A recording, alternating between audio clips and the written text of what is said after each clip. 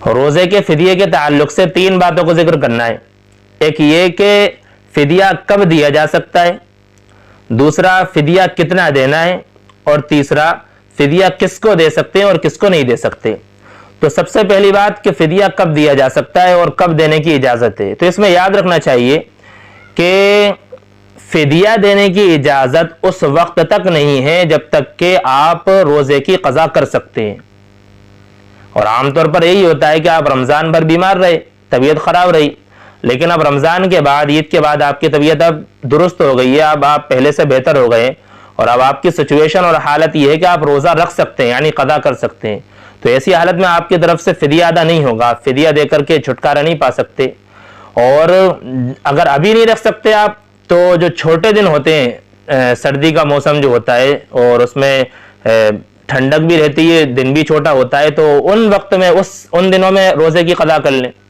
लेकिन अगर ऐसा है कि आप रोजे की कदा कर ही नहीं सकते, रोजे बिल्कुल ही नहीं रख सकते, या तो आपकी उम्र बहुत ही ज्यादा हो गई, बहुत ज्यादा उम्र हो गई आपकी कि बहुत ज्यादा कमजोरी हो गई, या आपको कोई ऐसी बीमारी लायक है कि जो दायमी है, जो मुस्तकिल आपको रहेगी और आगे कभी सही होने की उम्मीद ही नहीं है। जैसे आमतौर पर शुगर के मरज में होता है कि शुगर का मरज आमतौर पर यही देखा जाता है कि मुस्तकिल लगा रहता है और इसमें बार बार भूख भी लगती है और बार बार दवाएं खाने की जरूरत पड़ती है, और यह मरज मुस्तकिल रहता है, सही होता भी नहीं है, अल्लाह हिफाजत फरमाए। तो ऐसी सूरत में अब ये मरीज अपने रोजों का फिदिया दे सकता है, यानी ये शुगर वाला मरीज जो है रोजों का फिदिया दे सकता है, क्योंकि आगे सही होने की उम्मीद है ही नहीं। लेकिन अगर कोई बीमारी ऐसी हो कि आप आगे सही हो सकते हैं या आप रोजों की कदा कर सकते हैं, तो आपकी तरफ से फिदिया अदा होगा ही नहीं।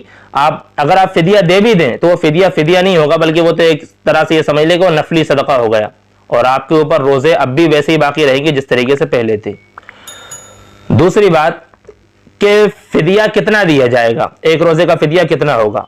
तो एक रोजे का फिदिया एक फितरा है, यानी 1.25 किलो गेहूं या उसकी कीमत, जैसे हमारे दियार में, हमारे इलाके में 50 रुपए एक फितरा दिया जाता है, तो एक रोजे के बदले में आप 50 रुपए फिदिया दे सकते हैं। इस तरह से पूरे 30 रोजों का फिदिया 1500 रुपए हो जाएगा। तीसरा मसला कि फिदिया किसको दे सकते हैं, किसको नहीं दे सकते।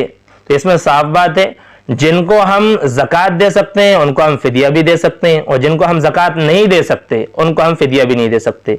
जैसे हम अपने माँ बाप को, अपने दादा दादी को, ऐसे ही ऊपर तक आप सारे ले जाएं, ऐसे ही नीचे हमारी अपनी औलाद, हमारे नवासे नवासी, ठीक इसी तरीके से पोता पोती, और नीचे तक जितने भी हों, हम उनको ज़कात नहीं दे सकते, ठीक इस तरीके से उनको हम फिदिया भी नहीं दे सकते। ऐसे ही मालदार शख्स को हम ज़कात नहीं दे सकते तो फिदिया भी नहीं दे सकते। ठीक इसी तरीके से मियाँ बीवी एक दूसरे को फिदिया नहीं दे सकते, ऐसे ही गैर मुस्लिम को भी फिदिया नहीं दे सकते। अगर आप गैर मुस्लिम को आप फिदिया देते हैं तो फिदिया अदा नहीं होगा। ठीक इसी तरीके से सैयद को, सादात को भी हम फिदिया नहीं दे सकते। बाकी इसके अलावा जो भी बाकी हैं, गरीब, फकीर, जो ज़कात का मुस्तहिक होता है, आप उसको फिदिया दे सकते हो। लेकिन याद रखें, फिदिया हर एक अदा नहीं कर सकता। अगर आपको मसला समझ में नहीं आया तो बराए करम आप वीडियो को दोबारा रिपीट करके देख लें। फिदिया हर एक अदा नहीं कर सकता।